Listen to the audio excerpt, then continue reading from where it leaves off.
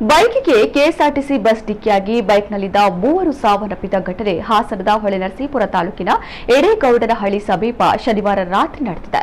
25 ವರ್ಷ ಪ್ರಾಯದ ಇರ್ಫಾನ್, 26 ವರ್ಷದ ತರುಣ್, 27 ವರ್ಷದ ರೇವಂತ್ ಸಾವನ್ನಪ್ಪಿದವರು.